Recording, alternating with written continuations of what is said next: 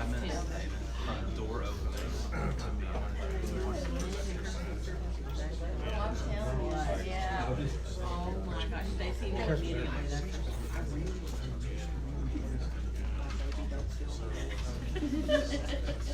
I would have been entertained on certain things, but you get outside. Yes, we would keep her outside. Is she really? Good for her. Yeah.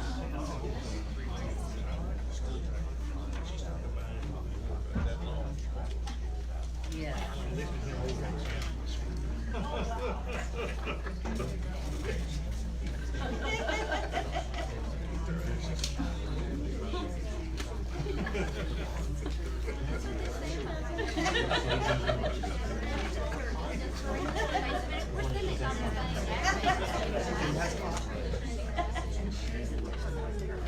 And it was downhill.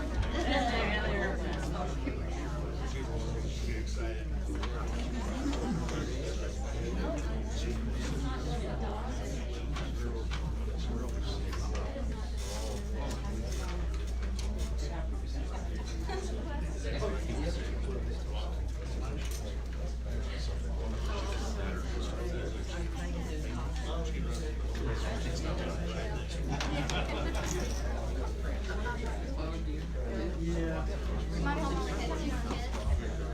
And we had a dog. So we go through our names and the dog.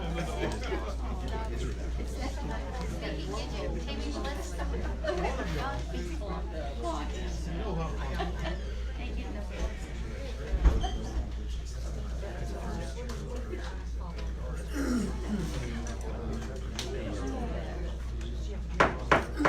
I'd like to call this meeting to order. Welcome everybody to this August 20th. I know it's hot outside, so hopefully AC stays cranked up, but we got a full house tonight. We'll get started with our invocations. It's definitely my favorite part of the evening. Pastor Kirkwood, if you come lead us in the word of prayer to Jesus. Thank you, Mayor and Council. Father, I thank you that we're most blessed and privileged to live in a community, God, where I believe those who are leading the way in our community know that you are real and that you are true and that your goodness is always directed toward our behalf. Lord, you say in your word in Romans 13, I just want to read a few passages. Every person must submit to and support the authorities over him, for there can be no other authority in the universe except by God's appointment, which means that every authority that exists has been instituted by God. They will commend the servants or the citizenship for doing good. Those in authority are God's servants for the good of society. This is also the reason you pay your taxes, for government authorities or God's official who oversee these things. Lord, it's obvious that you intended an outcome that's far different than what we see oftentimes in our nation. So I want to start there, Lord, that Father, you would cause our servants within our nation to come back and not be so apolitical, but truly servants of you for the good of the citizenship. So Father, we need unity. We need healing in our country. Father, for this community, I thank you again that we have servants in this community who willingly and understand their responsibility and their great position under your authority to act on your behalf. And so therefore, it's easy for me to say, Lord, would you bless these servants of ours with eyes to see your goodness, your direction, your future for our community, your ability to overcome obstacles in our lives, your ability to pour out blessings into our lives that are uncountable and innumerable in such a way that we would overflow and have more than enough. Lord, I ask you to bless their ears, that they would be able to hear you with wisdom, God. They would hear your truth and hear your direction, hear your way that would be best for us, as I believe they desire to do. I bless their heart, God. They would have hearts as they do, but passionate hearts for not only you, but passionate hearts to be willing to continue to step into this leadership position and serve this community with the goodness of God and the direction that we would ultimately see, God, Father, your best for the good of the citizens, for the good of business, for the good of the community, for the good of people, for the good way that you have in store for us. Thank you, God, for each of these. Thank you for the staff of the city that serves under them and on their behalf, Father. Thank you for the many other good organizations and leadership that we have in our community today. That, Father, out of it we would truly see a positive and much better future as we step into it. In Jesus' name I pray. Amen. Those of you able to join me in the Pledge of Allegiance? I pledge allegiance to the flag of the United States of America and to the republic for which it stands, one nation, under God, indivisible, with liberty and justice for all. Honor the Texas flag. I pledge allegiance to thee, Texas, one state, under God, one and indivisible.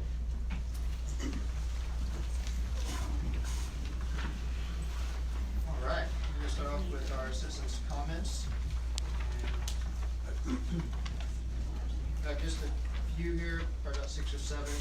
Once again, just a reminder, you'll state your name and address and try to keep it to 3 minutes. I'll kind of give you I'll tap my wrist, let you know you've got about 30 minutes or 30 seconds left, just as a heads up for time, and then I'll start calling it. First one's gonna be Doctors Marlena Smith, Heather Hester, and Jacqueline.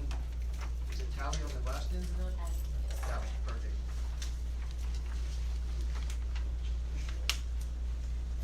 Hi. So we're here just as a group, as a representative for the local community, city and county veterinarians. We have some concerns with one of the proposals today to extend the rabies vaccine to every 3 years. It's a compliance issue more than and a community health issue.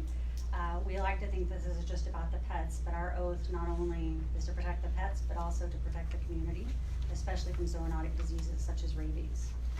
Dr. Smith and I both did some of our statistics basically from our own practice in this community, and there is probably 50% of our patients that are not current on rabies vaccines.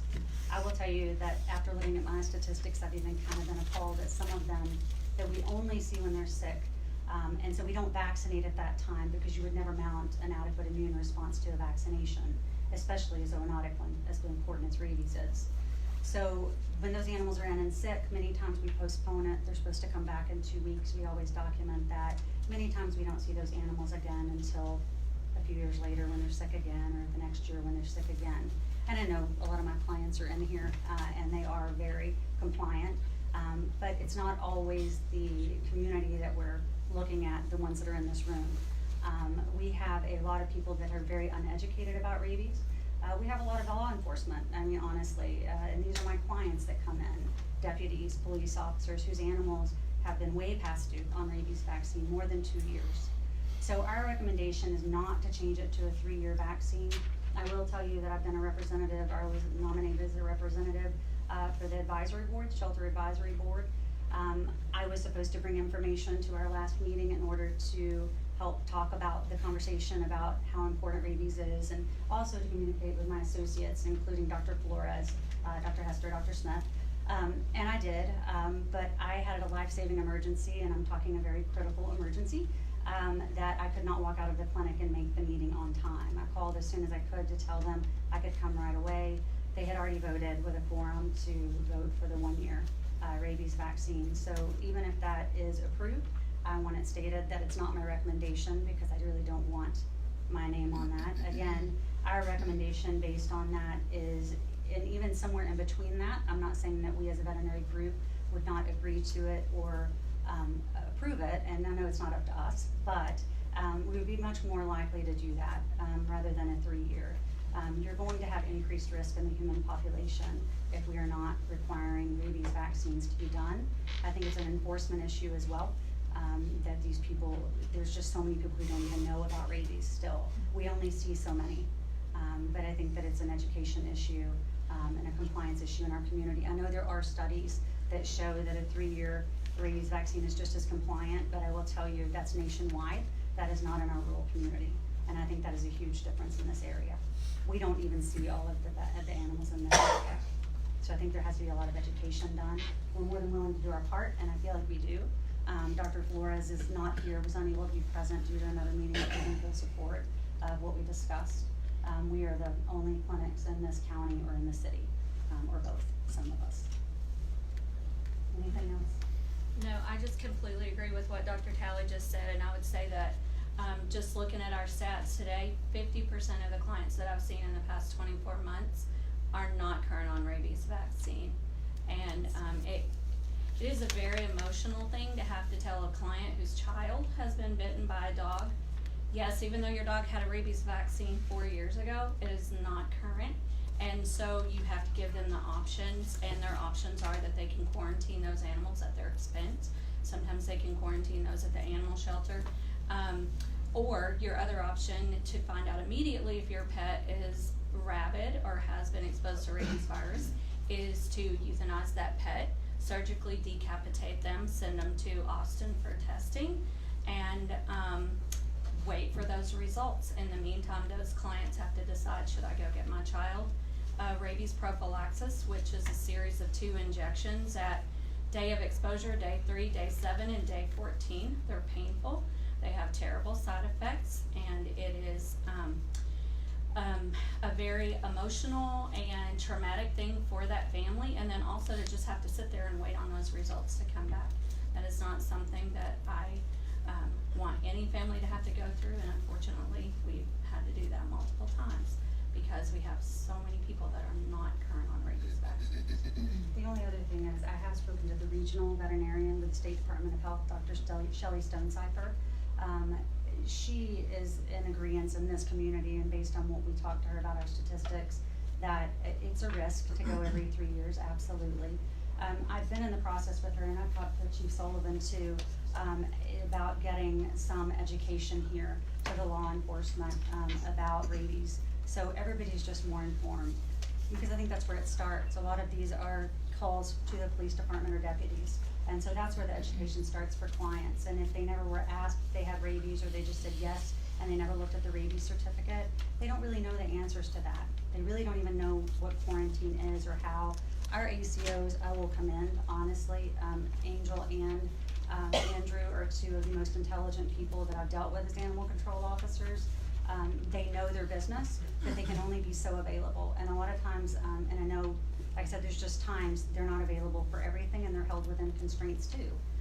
So nothing against them or anything else at the shelter. Like I said, I think the advisory board will be a very good thing for the city.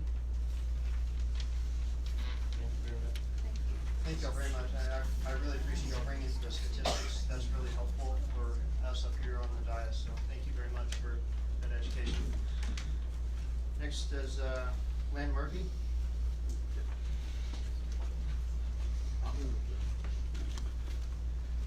Hello, my name is Len Murphy, 1100 Cactus Drive, Middle Wells, Texas. I just wanted to give a kudos to the water line repair crew.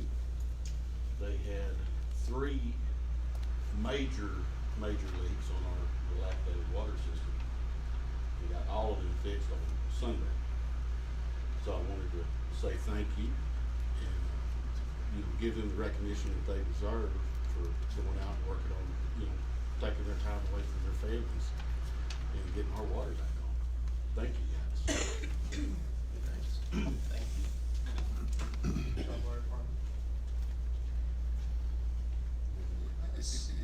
Leanne Welks. Did I get that right? Is it Welks or Wilkes? Wells, My apologies. no problem. Wells. My name's Leanne Wells, and I do not live inside the city limits. However, I do consider myself a citizen. My husband was born here, as were all 3 of my children.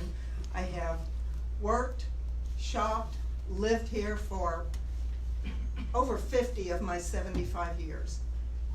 So yeah, and I own commercial and real property, so I pay taxes. I consider myself a citizen, and I have opinions. I have heard more than once, and I'm not sure to who to attribute this this quotation to, that the measure of a civilization can be judged by how it treats the least of its members, the weakest of its members. And like other things, other truths that we hold self-evident, I hold this self-evident too. We are a Christian nation, and we base our Christianity on compassion. Our rule of law is based on compassion. And our role models are Jesus Christ, the Good Samaritan, who wasn't a Christian, but still he practiced the rule of compassion in his actions. In light of that, and my beliefs that these are true, I wish to commend this council for considering our nonprofit agencies for funding for the next year. Because many of these are our weakest members. The Meals on Wheels, the senior citizens, and I'm soon to be there. I probably should be there now. Many people would put me there. These people are our weakest citizens, and they need our help. They deserve our help, and I commend you. I also want to issue a plea for the recommendations of the task force for the animal shelter. I think they have done exemplary work. They have studied the issues hard, and these animals, like the least of our human citizens, are deserving of our love, our care, and our compassion. And I thank you for considering this. I thank you for hearing me. Thank you very much, Ms. Wells. Terry Blevins?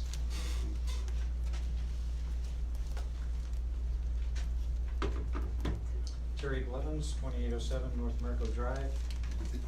I usually start off by saying this, and I'll say it again: all that is needed for evil to flourish is for good men to do nothing.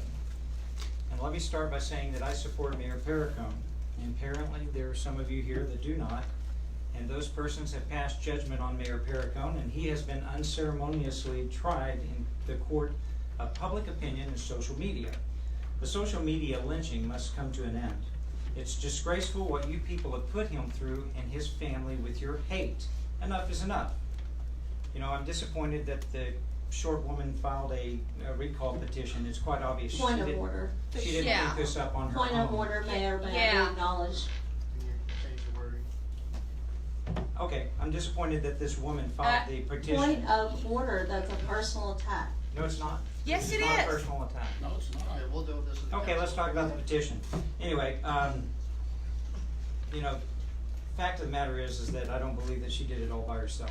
The recall petition has been more divisive in our city than some of the past issues that you guys have dealt with.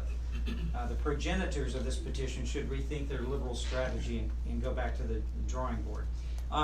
Everybody's saying, well, it's their right to do that. It's your First Amendment right to do that. It's constitutional right to do that. Totally agree with that. I don't have any problem with that. But we, the people, basically, we're the proverbial fifth column here in Mineral Wells. And that being said, us being the fifth column in Mineral Wells, we're going to exercise our First Amendment rights, and I'm going to call for a boycott to any businesses or business people that are signing this petition. And you have the right to sign it, but if you don't want our money in your business, I'm okay with that too. So I'm thinking that I had some placards made up that say, recall petition supporter, no mayor people, okay?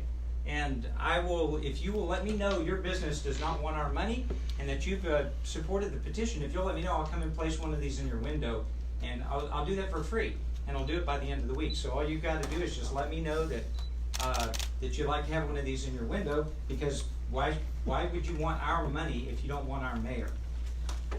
Part of the problem in this city seems to be the authoritarian control that the people at this table right here exercise in this city. This table represents almost $500,000 in annual income. Peggy makes $72,000 a year. Point of order, this is not the That's public forum. record. That's public Forum record. It is to public call record. Public record. individual members of our staff out for. I'm not calling them out. I'm just pointing out that they have what their salaries are. That's all public record. So there you go. Anyway, so that being said, you know, again, if you want to exercise your constitutional right to sign the petition, I support that. I really do. But please, keep in mind that we have the right to boycott it and we have the right to oppose it. Thank you. Jerry? John Daniel? Some literature.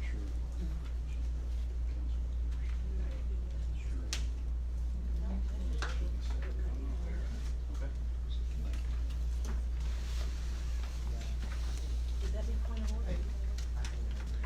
Hey, John? Yes. Would you mind, if we can do this now, we can do it during the public hearing, because you're gonna be the main speaker for that. Unless you have something else you want. Whatever the council would like. If you're, yeah, it would go on the record, onto the public hearing, that's a good point. If you wanna talk about something else in this time, that's Oh, no. fine, I'll let you have the time. No, I appreciate it. But I do want you to come up and speak for more during the public hearing portion. All right, thank you. All right, thanks.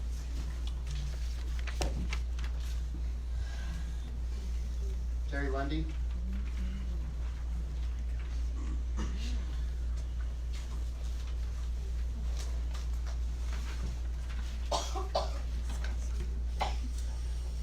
My name's Terry Lundy. I was here last Tuesday at your budget meeting.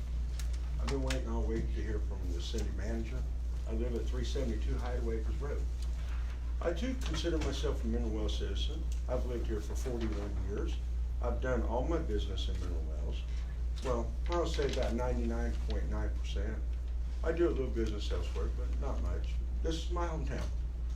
Even though I live outside in the country, I'm still considered a citizen because my mailing address says Mineral Wells, Texas. But for some reason, Mineral Wells doesn't like some of our citizens. I mean, we've been living with this problem for over 30 years. I brought it up to Lance twice, and that never happened. I brought it up last week, still haven't heard from Mr. Criswell. Are we gonna address our water issue out there, or are we just gonna pass this off and just ignore the citizens? Because I know other parts of town that, over on the southwest part of town, they use as water wells because they can't get city water. That's pretty bad, ain't it? That they have to go out and dig a water well to have water, otherwise go buy bottled water. I mean, have you ever actually looked at the southwest part of town that's being taxed to death? It looks like a drug war going off over there half the time. The streets are terrible. Most of them are dirt. Most of them haven't been repaired in almost 50 years. Because you can still see some of the original asphalt down there. But what is this about the council? I mean, we come to you to address an issue. We're supposed to hear from our elected officials, even though I can't vote inside the city limits because I live 3/4 of a mile from the city limits. That's kind of ironic. Yeah, because I live outside the city limits, but I get my mail here. I live here, and I do my business here. I'm considered county. I don't think that's right. Sure, we may not be next in the city, but we should have a voice, shouldn't we? I mean, you guys bought our water co-op, didn't even ask us for a vote for it, just bought it right, backdoor deal. We sued, won. I mean, you do that to your citizens? Is that really what you do to your citizens? Scam them out of everything that you can get out of them? Take and take and take, raise their taxes until they can't afford their property taxes no more? Because you wanna buy a street sweeper, or you might wanna buy a police chief a new car, or the fire marshal a new truck, or you might wanna get a new shiny fire engine with a single screw axle that's a piece of junk. I told Lance when they bought it that it was a piece of junk because it needed two. Already they've had to rebuild the transmission, rear end, motor in it. It was a piece of junk. But y'all still running around town. But y'all like the shiny stuff, to take from the citizens and go buy all this fancy stuff for the city. Where's the back for the citizens? The streets need repaired, over $150 million worth of street repairs. They ain't counting sewer, they ain't counting drainage, they ain't counting water lines, they ain't counting the gas lines. That's just for street repair. $150 million to fix every street in this town, inside the city limits. I've already done the estimates. I'm good at estimates. I ran my own business when I was 13 years old, making more money than my friends were. I was making more money than my parents were half time. Terry, can you wrap it up? But are we gonna address our water issue out there? Or are you guys gonna treat me like another county bumpkin who has a Mineral Wells address, as not a member of the city? Or are you guys gonna address this issue? Cause it's getting bad out there. I mean, when somebody goes and takes a shower, flush the toilet, and you're in the shower, your water's gone. I think we get the point. So, I appreciate you letting me address it. What's the answer? Is there no answer? We don't respond to. Oh, you don't respond. So are we going to eventually have this meeting? Yes, sir. I appreciate it. Thank you very much. Thank you, Terry. Well, I also support Paracon. Alright, moving on to the consent agenda, that's 6 items on the agenda today for the consent portion.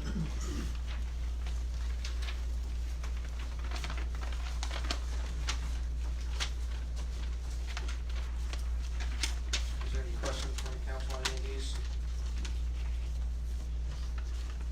None from me. I'll entertain a motion if y'all would like. Make a motion to approve the consent agenda. All in favor? Or is there a second on that? Sorry. Second. Joel's got the second. All in favor? Aye. Any opposed? Any abstentions? Motion passes 7-0.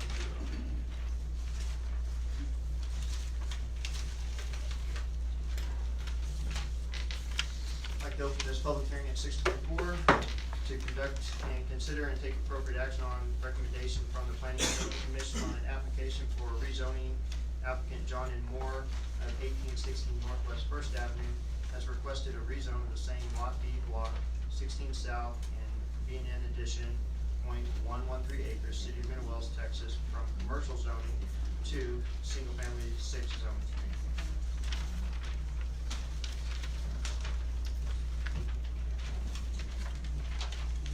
Thank you, Mayor. I'll take this one. Tonight, we need to conduct a public hearing. You've got a recommendation from the Planning and Zoning Commission. I'll give you just a little bit of history. The P&Z met on this item. I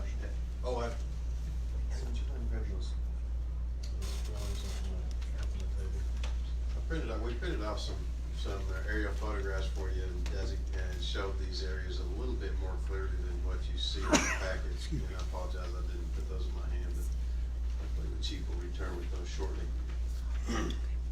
This is a situation where we had a request for rezoning due to the fact that evidently years ago, what I'm gonna call the Oak Street, the North Oak Street corridor had been rezoned as commercial.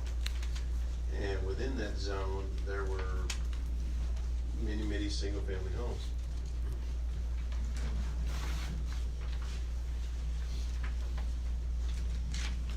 And thank you, Dean. What Dean is delivering to you now are 3 variously zoomed aerial images of the same thing. Just each one maybe a little bit closer. We kind of wanted to give you an idea if you weren't real sure of exactly where this property is. So if you look at those 3, you can catch them. You can look at those 3 images and see that one of them actually is oriented. This one here is actually oriented with north being up. And the other 2, our system didn't like it when we did that, it kind of distorted them. So anyway, that kind of gives you an idea where this property is. And like I was saying, evidently back when I'm told potentially several years, that property was rezoned commercial. And I believe probably not having been here, but it's pretty obvious that there was probably a vision by the Planning and Zoning Commission and the City Council at the time that someday that would be a commercial corridor going north, which is not uncommon for a state highway. The issue was brought to us, and I think the requesters in the audience tonight, I know we probably will have the opportunity to speak with you and such.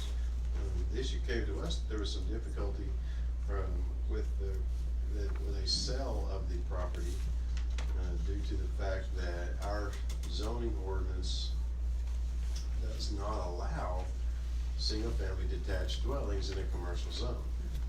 And so the only option for the potential seller / buyer of this property was to request a rezoning, at least the way the current ordinance exists. And so they requested that property be rezoned to single family.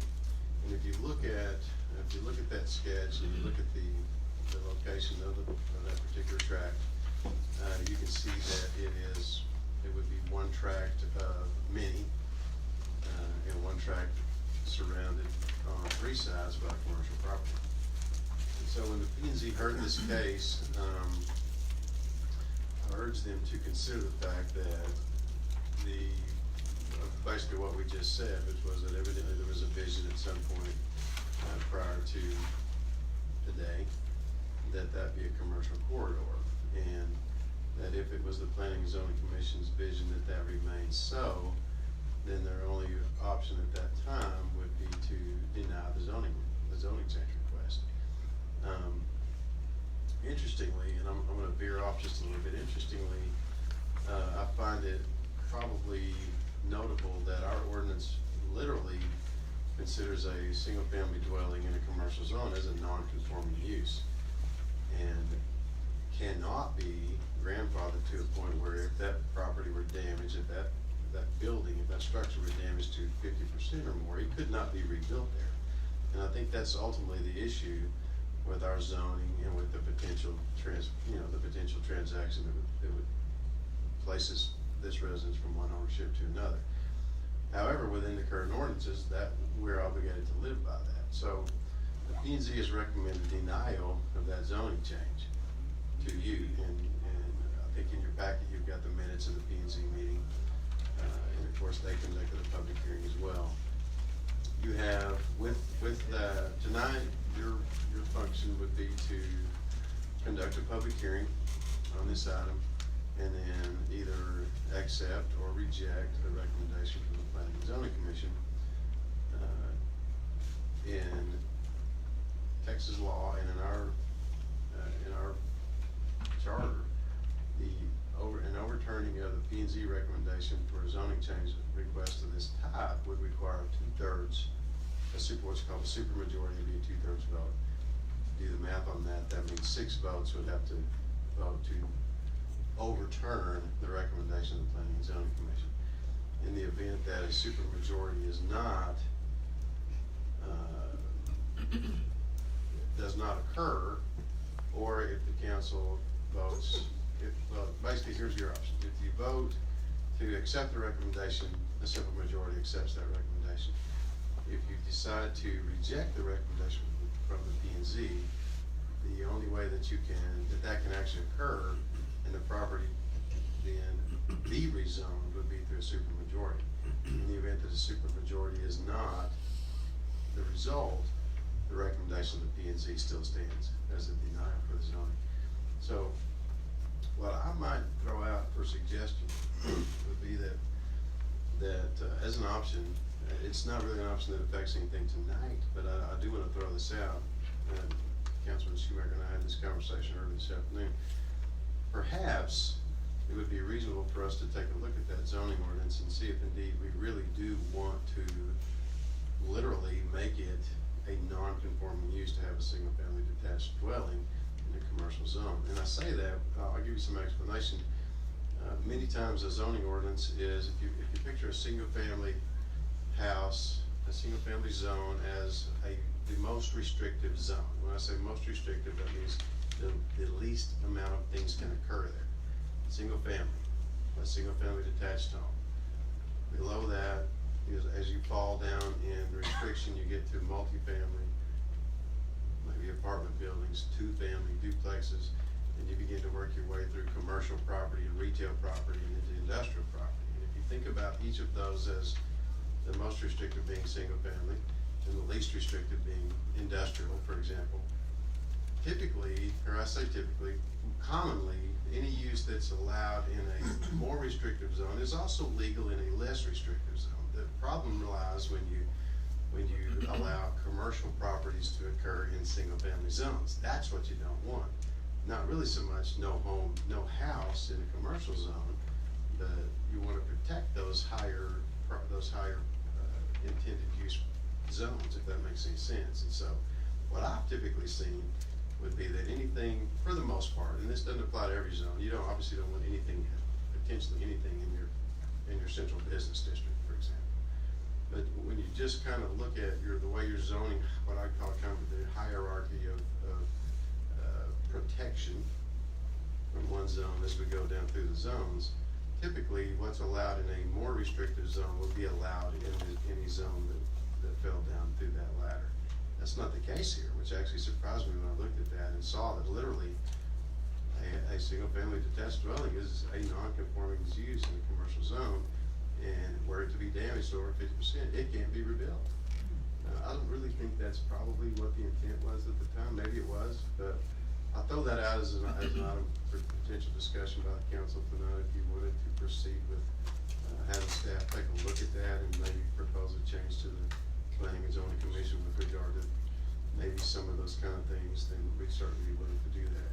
For tonight, that isn't on the table really. And so your options are to either accept the recommendation from the P&Z or to overturn it. And like I say, to actually overturn it would require 6 votes, and then you would have the property rezoned. Thank you so much for that background. John? I've already opened it. John, you'll start. See who else has any comments. Well, I'm John Daniel. I'm a broker associate with Clark Real Estate Group.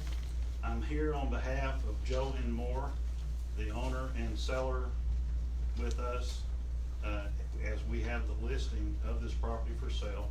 On his behalf, Joe is not going to be able to be here at a meeting like this because he has a wife who is homebound and takes care of his needs. Now, I want to tell you first off that it would be good to know the history of the property a little bit. Mr. Moore had inherited this property from his son, who passed away in April 2018. His son had bought the property in 2014 as a single family residence to him. That's how it was sold to him, and he paid cash for it. So none of these things that we've been talking about actually came up in that purchase because he didn't make a mortgage loan on the property. Now, in the case of Mr. Moore's death and his father having inherited the property, he picked up where his son left off and remodeled the property to its current condition. He called us, wanted us to list it for sale. We listed it for sale. I had a buyer within 30 days on the property for close to the listing price. The property went through inspections from the city for occupancy prior to that as a residence. It went through inspection from a certified inspector for single-family residence, and then it went through the appraisal inspection process ordered by the mortgage company of the borrower, the buyer, to be inspected for an FHA loan. The FHA loan was approved except for this condition in which it is zoned commercial, stating exactly what has been stated here tonight, that if the property had a catastrophic loss, that it could not be rebuilt as a residence. Therefore, no mortgage company is going to take that liability, because then even though the borrower would have received a settlement from the insurance company to pay for the comprehensive loss, it may not be enough, and probably would not be enough, to clear the mortgage loan. And if the borrower decided to go ahead and default on the remainder of the loan, the mortgage company would be left with a commercial block and a huge liability against the before known asset, of course before it was destroyed by fire, wind, or whatever. So the only recourse we can take at this time is to ask for the rezoning. Now, after looking at all of the items that were already discussed tonight, there's no reason for me to go back over any of that. I think the description was done much better than I could do. I have supplied you with the necessary information to see what we have proposed, as well as the results of the appraisal, and in the inspection, the terminology used from the addendum that was submitted by the mortgage company is there for you to read. It states exactly what we have discussed tonight. that the property could not be rebuilt, therefore the loan cannot be approved unless the property is rezoned residential. Thank you. Thank you very much. Anybody have any questions? Is there anyone else in the public? Yes, y'all can come on up, just state your name, please. Real quick, I have a question for John. So, if the property remained commercial, yet our commercial restrictions were lowered, like the city manager spoke about, would that open it up for a loan at that point? Not from what I understand. It has to be a single-family residence. SF6 has to be the zone in order for a mortgage company to take on a conventional or an FHA-VA loan. Okay. Well, I mean, just looking at the looking at this zone, where it's commercial all the way down Oak, basically. You know, even on the block where this home's located, and I mean, houses have sold. I know over the last few years, I've seen houses sell. I'm just wondering how they're able to sell if that's the case. Do you know what I mean? Well, it would either have to be a commercial loan, okay, or it would have to be sold for cash. Okay. And a commercial loan's terms generally take it out of the average individual homeowner, first-time buyer, because the down payment is different, the terms are different, the interest rate is different, and so forth. Also, keep in mind, even though that would occur, its use would still be residential. So if they tried to insure the property, there would be a conflict there also. Okay. Any other questions? No, that's very helpful. Thank you. Hello, my name is Christiana Rodriguez Lazo. Speaking on behalf of my family, Tommy and Eloise Rodriguez, and myself. We do not want to change the zone from commercial zone to single residential zone. We have 2 buildings, 1 house, and 1 lot. We currently have 1 thriving business running 1 building and interest in the 2nd building. We feel and we know from our many years of running commercial buildings that making these changes can and will limit growth and put restrictions to potential businesses that want to rent our properties. We ask the council to respect the zoning board's recommendations. Thank you. Any questions? Thank you very much. Is there anyone else from the citizens who'd like to speak? No, and I'm gonna go ahead and close this hearing at 6:40. Well, that worked out well. We were able to hear from the city manager as well as one for and one against it. I know my inclination is to go with what's already been ruled on by the P&Z, but I'd like to hear from y'all and y'all's opinion.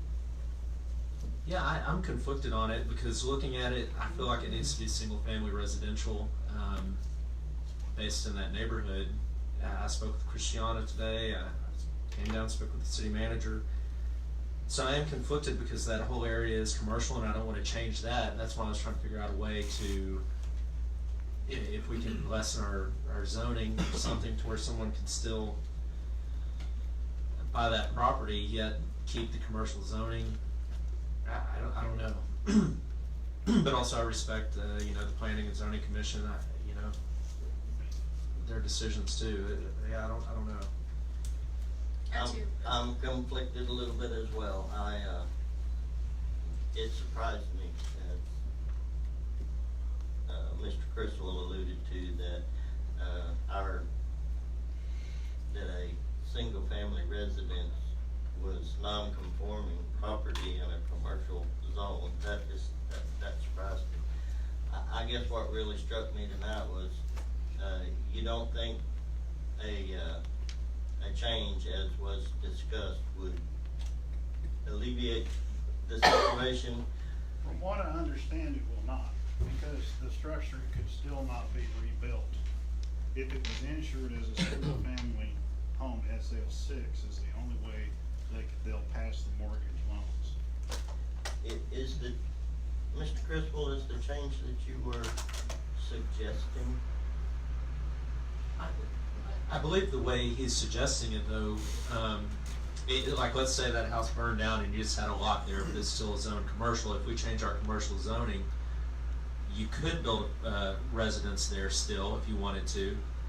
But as we spoke about earlier, it'd be basically buyer beware that you're building a house there, but next door to you, somebody could build, commercial property, since you're building in a commercial zone. But if we take off the restrictions, a residential property could be put anywhere in a commercial zone, correct?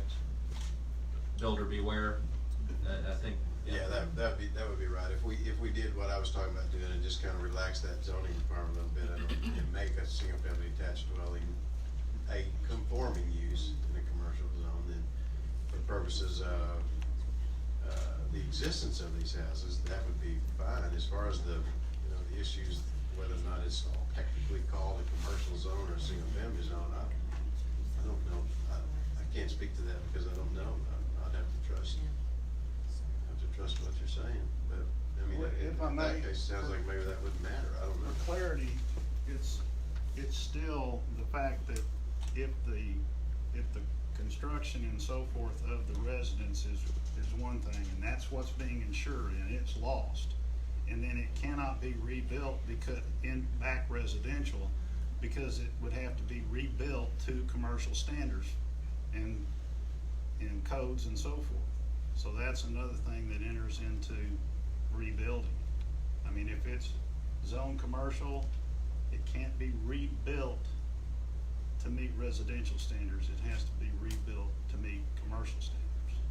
That's another thing that was brought up by the insurance people that I talked with. So apparently that is conflicting also.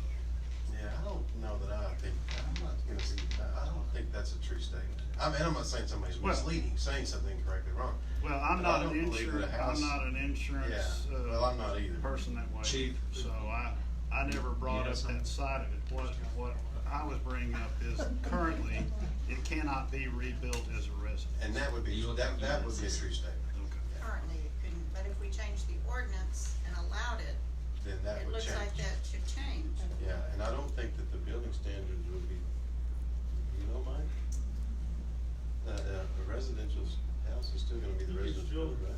Build a residential house, because that fits the building code under the type of construction.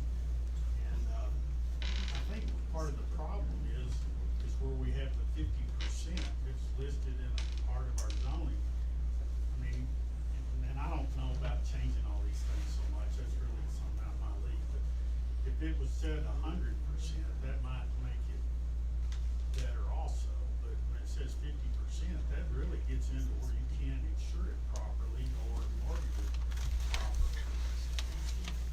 It could be a storm, it could be a fire, anything like that. And it needs to total 100% coverage to protect the buyer and the mortgage company. And you, with the 50% that we have in our zoning, I think that kind of throws a kink in that. That's where the hiccup comes in, I think. Okay, my name is Tommy Rodriguez. I live at 103 Northwest 33rd Street. I hope I can talk. I just got out of the business office a while ago.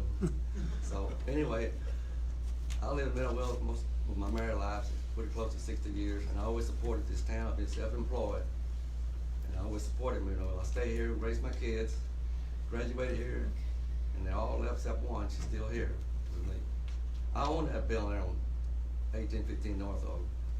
And for the first time in the last year, I had a good renter. And he's fixing to expand. The back part he don't rent that back part. He wants that back part now, which I use as a warehouse. Now, if y'all change that to residential, and he start parking cars in the back, on the side, and he's gonna start complaining because it's residential. I don't think that's fair to me after owning it over 25 years, for y'all to do that to me. Y'all consider that too now.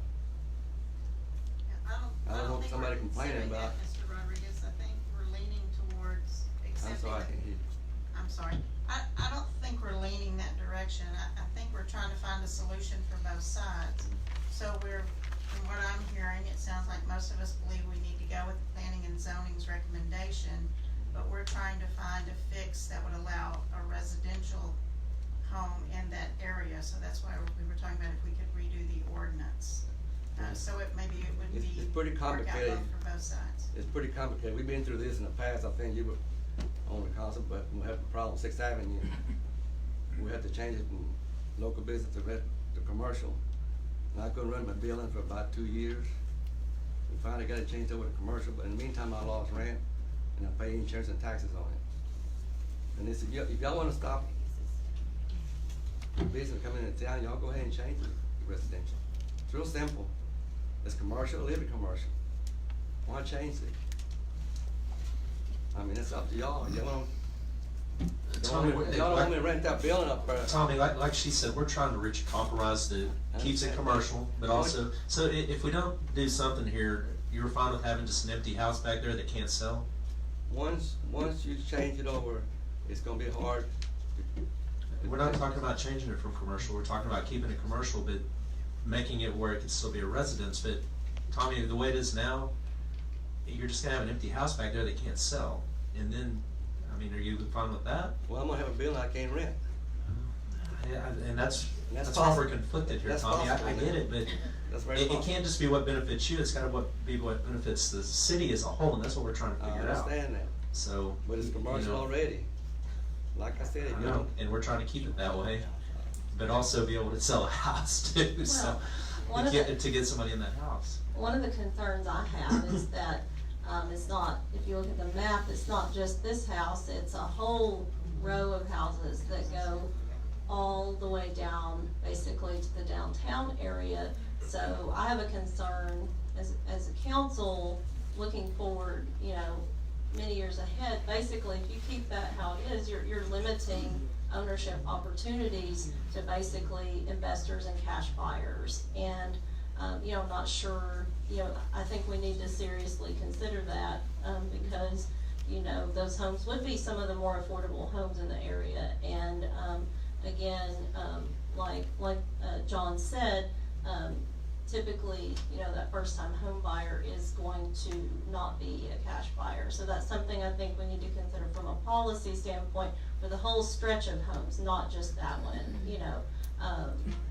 Do we or do we not want to encourage those homes to be, you know, lived in and purchased by, not limit who lives in them, basically. If you change it to residential, what you're gonna have is spots zoning changing in mineral wells. That's not good for business. Thank you. Thanks, Tommy. Go ahead. From what I understand, the current zoning map is in 2012, is that correct? Yeah, it's definitely no newer than that. Okay. In 2013, y'all did change the zoning of a tract at 2800 North Oak from commercial to residential. And there's now about a 3,000 square foot house at that location. So it has been done before. For just one lot? Is that what you're saying? That We did it for was just one? It was an acreage tract or lot. I would say it's probably about 3 acres. I think it's 2.43.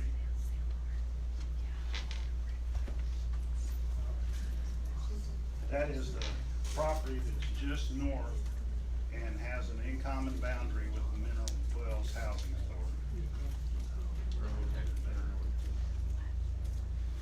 Well, for consideration tonight, we're gonna accept the recommendation from the P&Z, we can get that vote, and then, since there's a lot of discussion, a lot of conflict between council members, we should put it back on the agenda, or task the staff so we can see what other options there.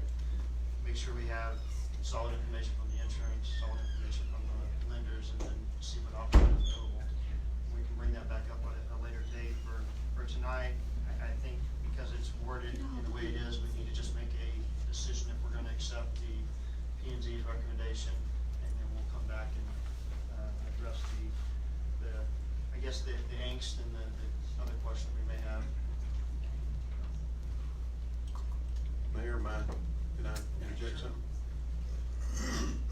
I'm sorry. Your obligation tonight was primarily to conduct a public hearing. We don't have to take a vote. Well, I mean, you can take a vote, but if it's the pleasure of the council that you have now conducted your public hearing, which was advertised, so you've done that. If it's your pleasure to table this item for further consideration, that might give us time to really look a little bit maybe a little bit more deeper into this question of insurability and reconstruction ability. And maybe interesting questions that we may still have. I'm just throwing that out.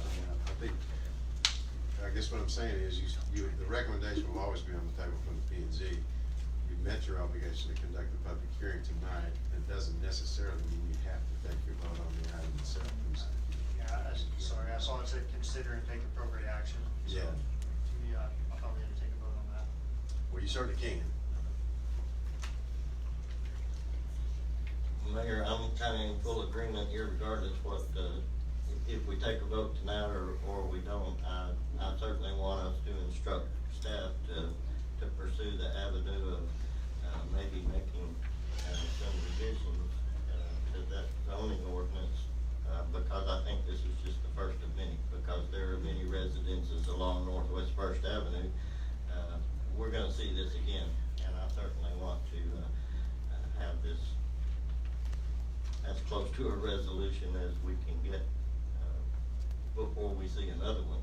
I'd like to, certainly like you to pursue those avenues and see what other choices, what changes we can make. But I'm fine with making a vote tonight on this particular one. If anybody else doesn't see a need to delay.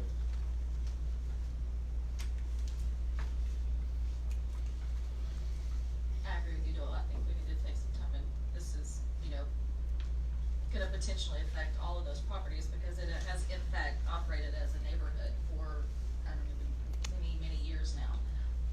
So I think it would be prudent of us, instead of to kind of, pick and choose who gets what, to either see if we still line up with the original vision that, was it the last, long-term? Comprehensive plan.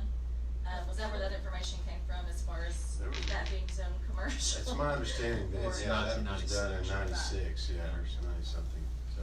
And I would, if I could, just out of, because I feel that I should say this, we didn't really talk about that option with the P&Z, they were dealing with the zoning that they had to deal with, and we were not discussing with them potential changes or anything like that. So I don't want to cast any, I don't want anybody to think that, well, why did the P&Z, why did they do this? They worked very well, in my opinion, with the information that they had at hand. Now, I want to make sure that that's pointed out, because they were also conflicted by this decision as well.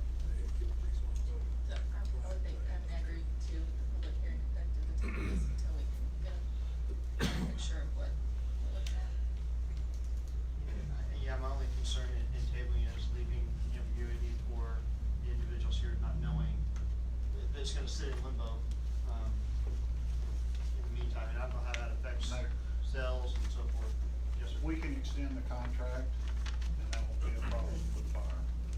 If the council is gonna consider what steps to take and table it until that research can be done and then bring it up in the next council meeting, that's fine. I'm sure we'll be able to do that. Thank you. Can I clarify something? I just wanna make sure I understand this. So we can keep our properties commercial as well as issue the corner of the block residential? We can do that? Is that what I'm understanding? It's a possibility? But I think what we will look at, if this is indeed the action that the council takes, will be simply revising our zoning ordinance, not rezoning anything, but simply revising the zoning ordinance to allow for what I would call a softer use in a commercial zone to be legal, where it really isn't today. It was, at the day of the adoption of the zoning ordinance, those properties were considered legal because they already were there, but they were considered legally non-conforming, which means anything that happened to it could be rebuilt. The property, if I'm sensing what I think I'm sensing, the zoning will not be changed. The zoning would remain commercial. It would just simply allow for a home to be a legally existing building in the zone. But it would not, it would have no effect on any future development of the property as commercial development, because that would be the zone. And it's kind of like Councilman Shoemaker alluded to earlier. If you buy a house there, it's kinda like buyer beware, because somebody might put in a shopping center right next to you in that zone. And you would have no protection as a homeowner from that zoning change, because it's a commercial zone, if that makes sense. So any use that would be legal in commercial, in a commercial zone, would still be legal. It would just add a single-family residence as a legal use in that zone as well. Okay, well, thanks for the clarification. Thank you.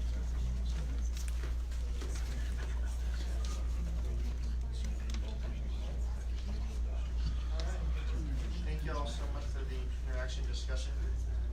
Council, y'all, balls in our court. I'll make a motion to table this, and direct staff to bring us, recommendations as we discussed. Second. All in favor of that? Aye. Any opposed, any abstentions? Motion passes 7-0.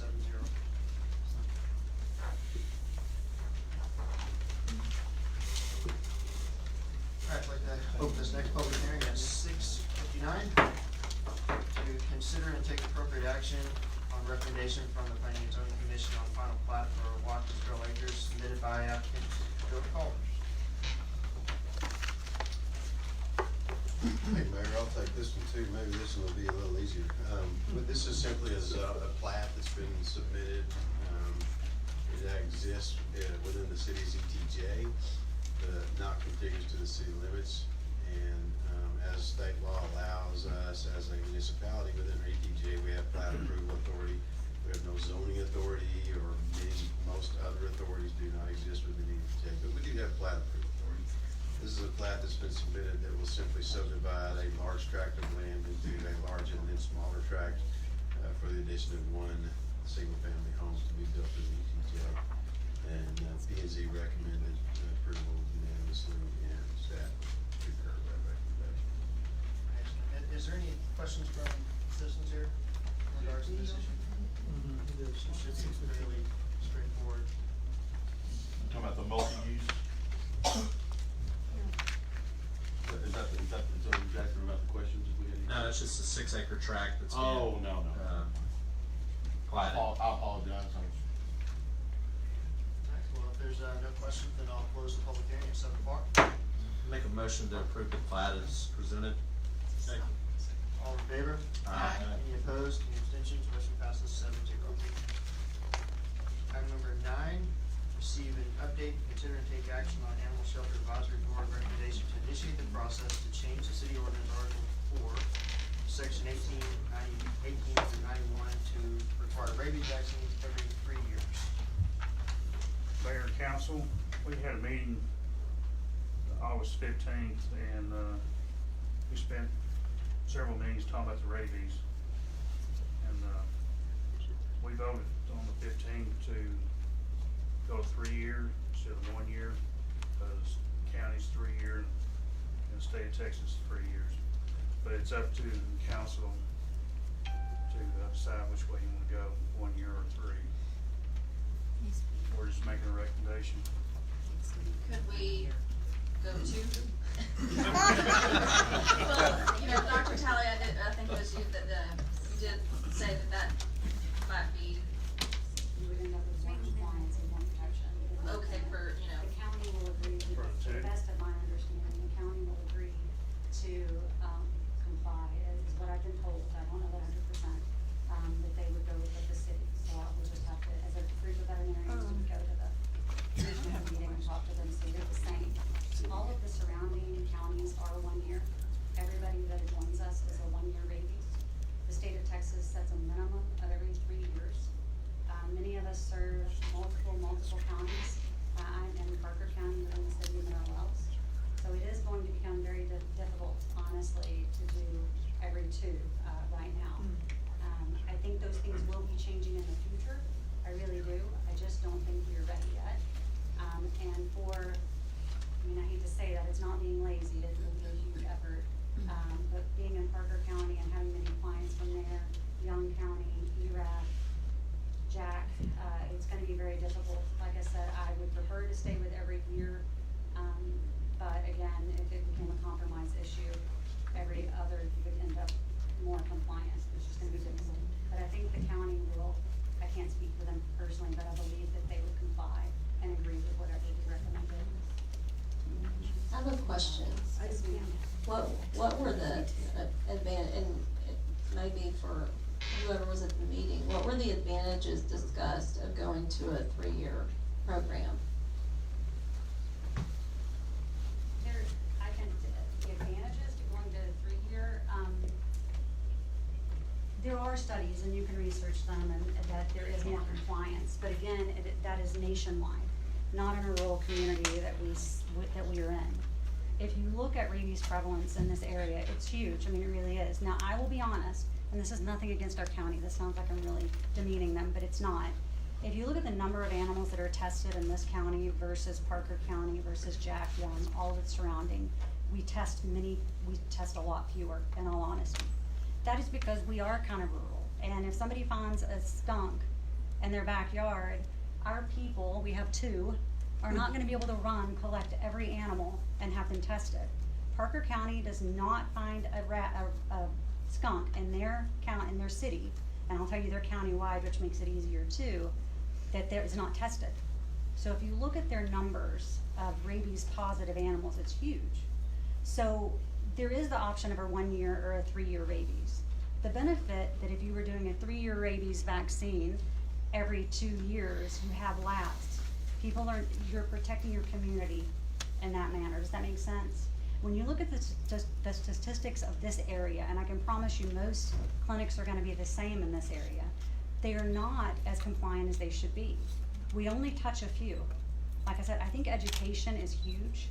Law enforcement education, community education needs to be done. There's no question. This is a communicable disease. And yes, there are very few numbers that we see, but that is because we rabies vaccinate. We force people, we have to. We can refuse to see animals that are not rabies vaccinated. We can't force people to vaccinate their animal, but there is law enforcement that can, if that makes sense. So there's a lot of basically HIPAA type situation. I can't call and tell people's personal information about their pets, it's a family member, to law enforcement or anyone. Unless you call me and ask me, the ACOs call and ask me, or the law enforcement calls and ask me, I can give them that information. But I cannot freely give out their information without owner permission, unless it is a legal instance. So I can't call and tell on every client that isn't current. I was born and raised here. I mean, this is a very rural community. Many people don't vaccinate at all. They don't believe in it. There's a lot of people who believe vaccine risks are huge. That is way less than 1% of animals that are gonna have a vaccine reaction. It's typically local swelling, injection site inflammation, a little bit of malaise, just like we would have with a flu vaccine or a tetanus shot. The risk of not vaccinating is hugely higher, and not being up to date on vaccination is hugely higher than over-vaccinating, I promise you. Now, yes, I think that the veterinarians need the ability to alter that based on professional opinion and true medical information. If we know an animal has an autoimmune disease, yes, those animals should have as infrequent vaccines as possible. But if not, those animals need to be protected. A 1 in a million chance is too much for somebody's child. I'm gonna tell you, it makes me sick to have to rabies test an animal. That is not an enjoyable thing to have to do at all. But it makes me sick because the risk to me and my family, potentially, if I'm exposed, even though I'm immunized.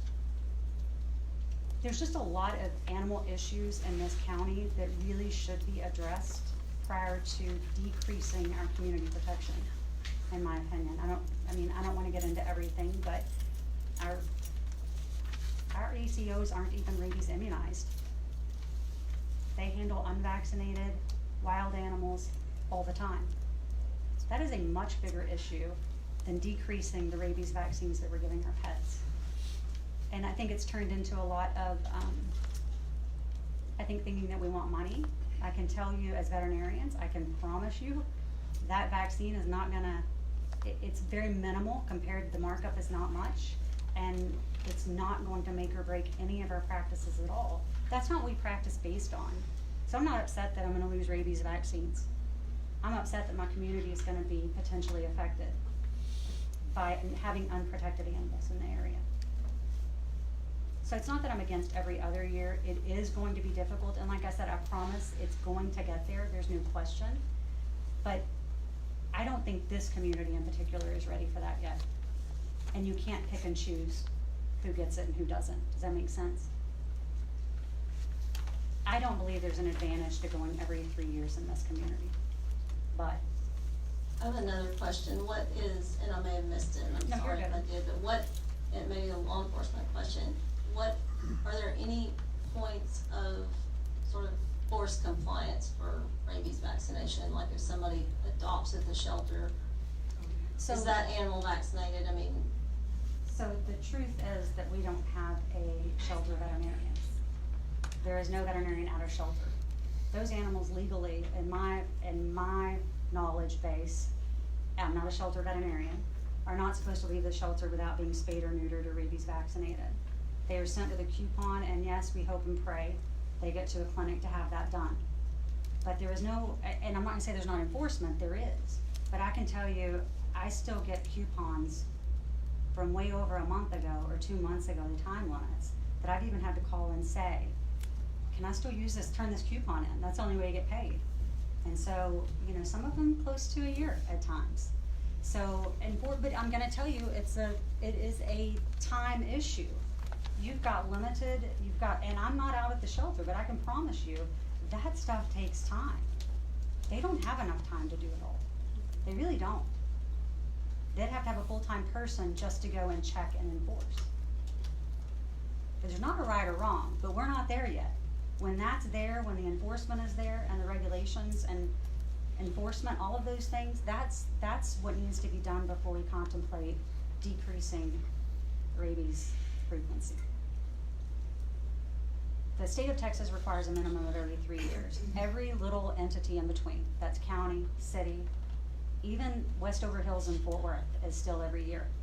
Tarrant County, it had gone to every 3 years. But even that little community, it's a little bitty residential community, still mandates every year. So every community can even decide within themselves, if that makes sense. You can become more and more stringent based on your community and based on your rabies prevalence. But again, I think our rabies prevalence is underestimated here. If you look at the surrounding counties and the number of animals that are sent and positive. Wild and tons of wildlife. Lord, how many skunks did we send in? The raccoons, I meant raccoons. Raccoons, there were a bunch sent in because they were neurologic and had human exposure.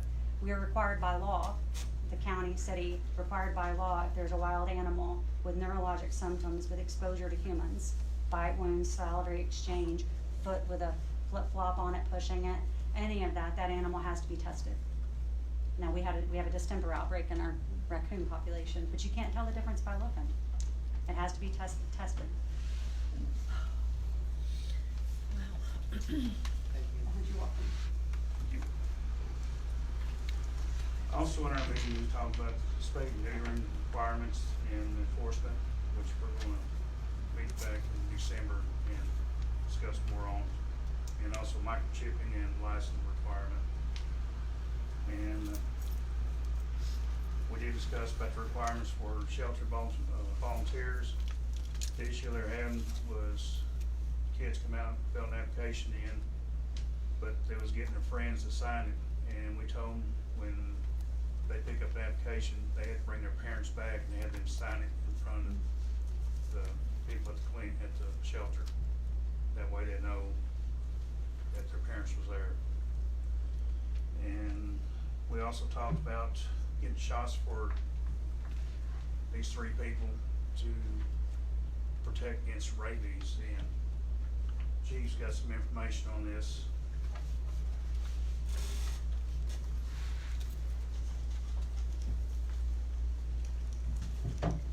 So at the recommendation of the committee, they were inquiring about having our employees be mandated to have rabies vaccination. So we bounced that question off of our TMS risk pool as well as our employment lawyers that we have. Didn't mean to cut you off, Amy. But so as far as mandating, they didn't find a city, a municipality in the state of Texas that actually mandated their employees receive this vaccination. And this is your employees in that high-risk situation at the shelter. However, it's probably a good practice. Unlike a veterinarian environment, Dr. Talley and the other vets here in our community and around the state where they actually can. As a municipality, that would be a pretty big step. And so then comes the issue with our employment lawyer, and she just gave me her opinion and had a group of other employment lawyers, and so I haven't had time to fully review it. We did have a local pharmacy provider that gave me some quotes, so now that we're in budget time, if that's the direction the council wants to go, after concurrence with Mr. Crystal, and make sure Andy's okay with that as our city attorney, then we could look at incorporating that. The other issue the committee wanted had to do with trying to expand our partnership with the county. Remember, those of you who have been here and heard me beat this dead horse in the past, no pun intended, you're dealing with two different disciplines here. As a public safety element, you have an obligation for animal control. And plain and simple, that's what's in the law. That's what you're required to do. That is where the onus of these two animal control officers, as well as your police officers, those deputies mentioned earlier, the sheriff, falls. The other side of the house is the sheltering, the rescuing, the fact that, you know, pets are people too, or whatever you consider on that issue. And that's the rub of where we're at financially, and that's where expanding these partnerships. The county's been a good partner. A lot of the humane societies, the rescues, Dr. Talley mentioned the lack of a veterinarian. We had one. He had some health issues, and it became cost prohibitive after he recovered. So we're still looking, but it all comes down to money. So whatever y'all decide, we'll certainly head that direction. But just wanted to give you an update on what the committee has tasked staff to do. And the ordinance issue, that's entirely on y'all. I was out on that one, so y'all have fun. Thank you, Chief. Thank you. Can I interject something, a personal experience here? I too am aware of Dr. Stonecipher. She and I have communicated over this rabies thing in the past. I think it becomes a risk-benefit issue. Our ACOs are at risk daily. They don't know what animal that they've touched or encountered. They don't know if it has rabies. I, as a nurse, know that I have known of patients who contracted rabies through a corneal transplant. That's how easily this virus is transmitted. Now, this vaccine may be expensive, yes, but to protect our employees, it is not. My own family of 5 visited in Belize a couple of years ago, and the way the CDC looks at exposure is any human that has exposure to an animal, a bat, whatever, and if that human is not conscious, you don't know it's been bitten, there's contact, and you automatically, it is mandatory that you initiate the whole series of rabies prophylaxis. This family of 5 of mine came back from Belize after finding dead bats in their sleeping quarters with children sleeping. Nobody knew that they were bitten, but the contact was possible. They immediately went to Cook's Children's, and do you know what the expense was for that family of 5? $93,000. And it may be more now. I don't know, but I will tell you. It's expensive. Yeah, and it's horrendous. So if we can protect them for whatever, we've made an investment in our employees and in our employees' health. Do what? It is a huge liability. I don't see that we can avoid doing this. And we're so lucky all the years in the past that no one has had a problem. I mean, that's just the hand of God looking after us, because it could happen, and eventually will happen. Thank you. Thank you. Little impassioned speech there. Can't help myself. I would like to see us talk about that in the budget to at least, offer it to those employees, not mandate it, but give them the ability to choose. Thank you. Encourage them. Just let me be real clear, the legal question is whether or not we can legally require, in other words, make an employee do it, and obviously that obligation would fall at our expense. Offering it, and whether or not our particular health provider might cover that under our policy. This isn't just as simple as, you know, the public wants it, or I don't care about these fine employees, I do, but we have some legal hurdles to look through, research thoroughly, make sure that there's effective use of our tax dollars if that's the way we're gonna go. And if not, make sure that that is offered so that they have the opportunity respectfully to choose to or not. Workers' comp It's pay that for it. simple. Do what? I said let worker comp pay for it then. Well, that's a very easy segue out, but that's not where we're at. We're trying to get No, but it to a would save a point, lot of money.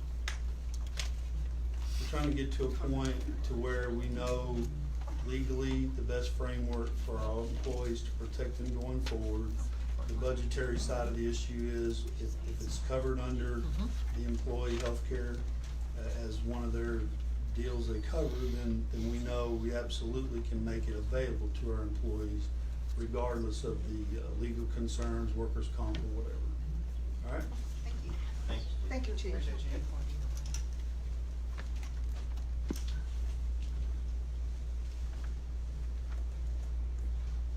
Okay, so back to the, ordinance at hand, I guess, what we need to speak on, or the recommendation. After listening to the veterinarians, I tend to take their advice and just keep it where it's at, but, you know, we need to move it. It's up to you all on that. I agree. I think there are too many other issues, including I read an article in the newspaper about trying to get the cat colonies under control. I think there are too many other animal issues to lax up where we wouldn't have had to. So I would support keeping it at 1 year as well. I was gripped by the two emails I got this afternoon. It's even more riveting to hear you speak to us at the dais, at the microphone tonight. It is an issue, and I would be more comfortable leaving it at a year. I know I put the two out there, but it doesn't seem like it's necessary to compromise at this point without compelling evidence to do that.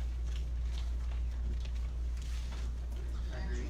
Was there a lot of, amongst the advisory board, just one second, amongst the advisory board, was there a consensus amongst all this? I mean, or was there just a couple of people reportedly? I just think if it's gonna go to a year and keep it at a year, our veterinarians need to maybe offer a 1 day, different times, different days, clinic for just rabies. You know, keep it, cause people don't, a lot of people don't have the money to go in and pay a call and the rabies shots.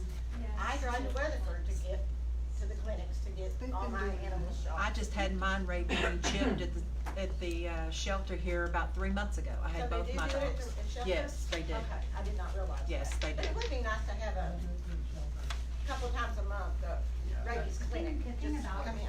clinics is like rabies clinics and vaccine clinics, I will tell you they're very profitable because you can have 200 people lined up and it is bam, bam, bam, bam, bam, $15. You know what I'm saying? That's a lot of money when you add it up, even if it's small profit margin.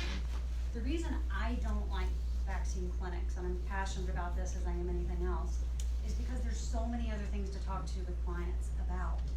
That visit becomes so important about other zoonotic things. And there's veterinarians who do it all the time, but about intestinal parasites that aren't intestinal parasites in us. There's a lot of things out there that are very important for us to be able to discuss. I would be willing to do it, I mean, on the condition, I will tell you, I've done it before and gave all the proceeds to the Humane Society years ago. But you hand papers and they go in the trash as they're walking out the door. yes, there's people who don't really care about anything else but rabies, they just wanna be rabies legal. But as people said, somebody said, maybe Chief Sullivan, about our family, you know, some of us, they're just our pets, and that's true, some of them are, they're just a cat or a dog. I charge $15, I don't charge an office visit exam when you come in the clinic, Dr. Smith's the same way. You're not gonna get a doctor, or you do, or she does, but I will tell you, I have done that because I know it's all people can do, and at least their dog's protected against that. But legally, I've probably been the legal part of that a little bit, because for us to give any injection or any medication, we are supposed to have a valid client-patient relationship. I spend time in there still talking to them, and I would say 80% of the time people really listen, sometimes they don't. But there is part of that that's our job as community. I've sent in that email about, what our oath is, and it isn't much about the community as it is the animals and the humans that are involved in the exposure that we have to. So there's reasons to that, but like I said, it's not something I'd be against, but it's something we have to discuss as a group. I think we're more colleagues now than we've ever been in this city as far as in the county as the veterinarians. I think we have a great group, and we're all compassionate and caring, and we all like to play a part. And that was part of my reasoning for wanting all of their input on this as well. I don't want it just to come from me on their advisory board. I will always counsel with them as a group. And there are plenty of low-cost options for clients around here. I mean, there's vaccine clinics that go on at Tractor Supply, there's TCAP in Weatherford, so, there are those things out there. I mean, there are plenty of options for clients to have their dogs rabies vaccinated at a low cost. How long is the vaccine effective? Depends on which vaccine you're giving. You can give a 1 year or a 3 year. And so it depends, and it depends on the individual. I will tell you, I had my immunizations done in 1997. My titers are still through the roof. But the state of Texas does not recognize titers. So we cannot do titers for animals. We can do titers, about $150, I think. But even if they're up and current, the state of Texas won't recognize them as a protection. I think the council is ready to take this up, so I appreciate all the dialogue. Is there any last comments from council before we take this vote? I have a motion on which, Make a motion to disapprove the recommendation to proceed with changing the city ordinance. I'll second. all in favor? Aye. Any opposed? Any abstentions? Motion passes 7-0.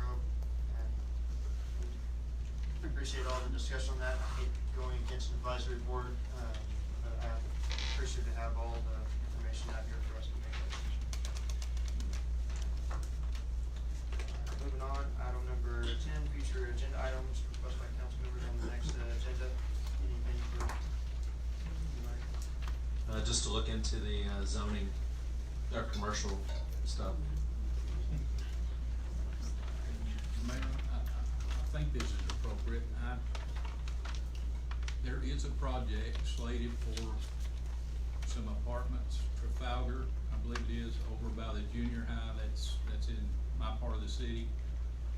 I had a discussion with Andy Hampton, I believe his name is, a couple of days ago. And I think they are just about completed with their permits and looking forward to starting that project in September. I'm excited about that, like to see that launched and started and completed. And the target date is around June 1 next year, so just thought I would tell you of that conversation. Alright, moving on, item number 11 for executive session. Have a request before I enter us into executive session if we can table on Alpha. We're hearing the city clerk's official complaint as well as Charlie on the deliberation on that, if we can table that.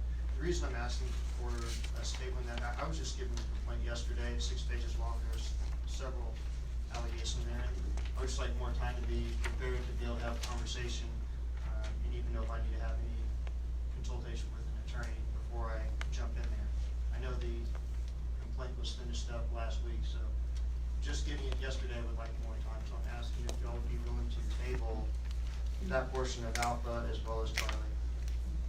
I have a question for the, I guess it's for council, would the, I haven't seen the complaint at all, I don't know who has or who's not, but would the tabling of this prevent us from seeing the complaint? Well, I have brought copies of, and I was gonna give them to y'all, I could still do that, and you could table it. If you like. I've not seen it either.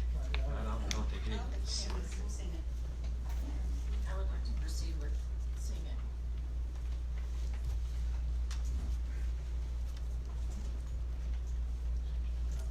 It's up to y'all, I'm just asking if there's gonna be a response from me, that I would prefer to have much more time to be able to have a response prepared for this, and know if I need to seek any legal counsel. So, I mean, we could talk, y'all could, we could table Charlie, and y'all could hear consult with the attorney on Alpha. Is this a complaint that's coming around? Yeah. Okay. It's the complaint, some other documents with it.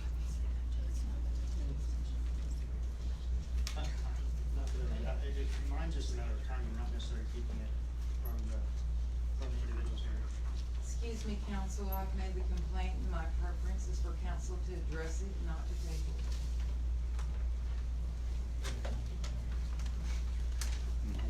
I'm still willing to address it, I know the complaint regards me, I'm still willing to address it, I just would like to have more time to look through it. I've already spent several hours going through it, and it's fairly lengthy. So I still wanna address it, I would just prefer to have it be pushed out so I can be given more time. So I would, if there's a good compromise inside there, Alpha, y'all can receive, and y'all can feel the request, ask the attorney any questions you have, maybe Alpha, and then Charlie, the deliberation, would be pushed back out till our next meeting.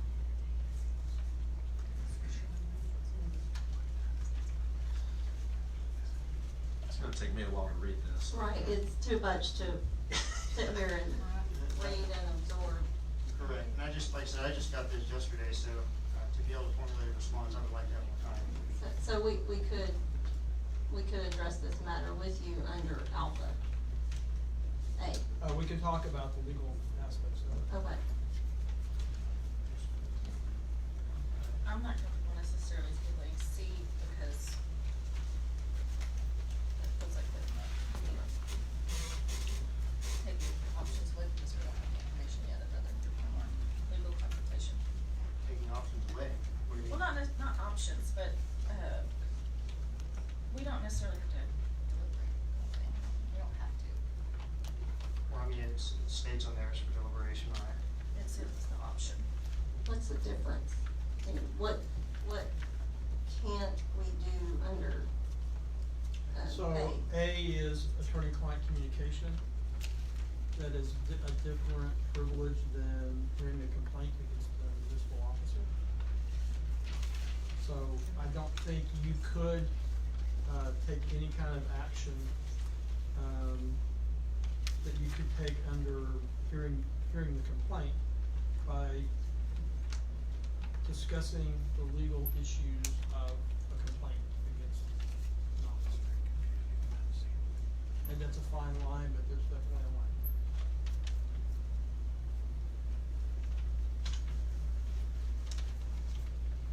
So now, to put it in other terms, council could not I would not recommend any action against the mayor in any form if we are only going to an executive session under A in tabling C.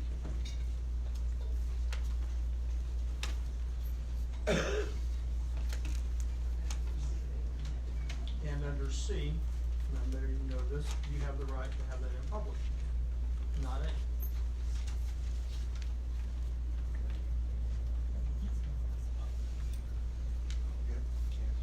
Like I said, it's lengthy, and I'm just requesting that there's given time, so that if we have dialogue and you wanna do something as far as, discipline or whatnot, then you just have to give me time to formulate a response to it.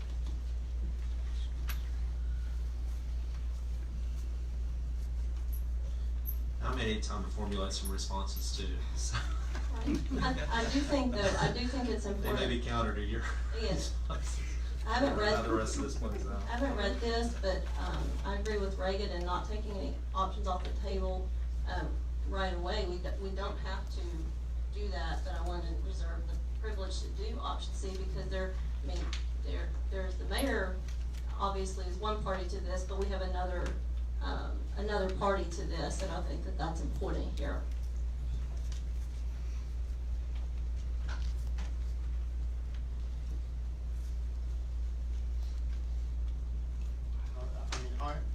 I'm asking that y'all, I'm fine with y'all looking through the scene, I'm just asking that we table it. You still keep all your options on the table, they're just pushed out, on the timeline.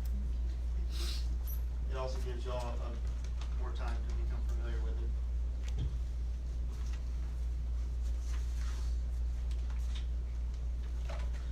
I think if I have about 30 minutes back there to sit and read it, that's probably all I need. I think.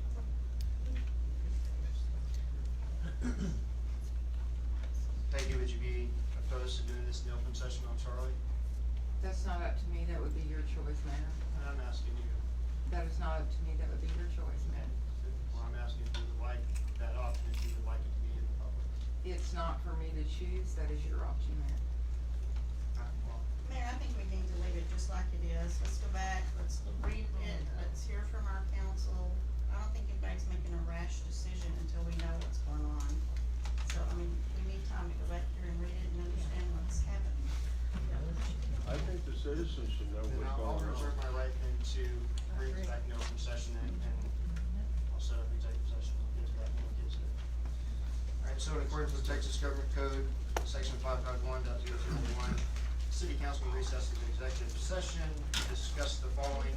Alpha 551.071, consultation with attorney on a matter in which the duty of the attorney to the governmental body under the Texas Disciplinary Rules of Professional Conduct of the State Bar of Texas clearly conflicts with this chapter. Roles and duties of mayor and city council. City clerk's official complaint against the mayor.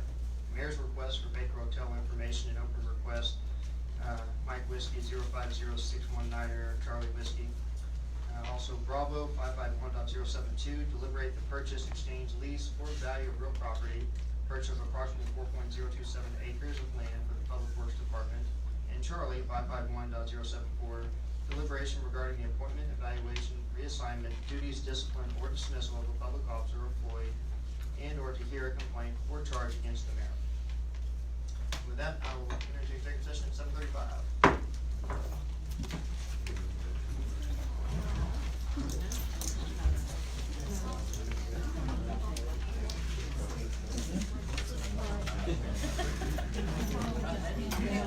And because this session could take a while, we're going to cut the broadcast and we'll come back when council reconvenes. Thanks for watching.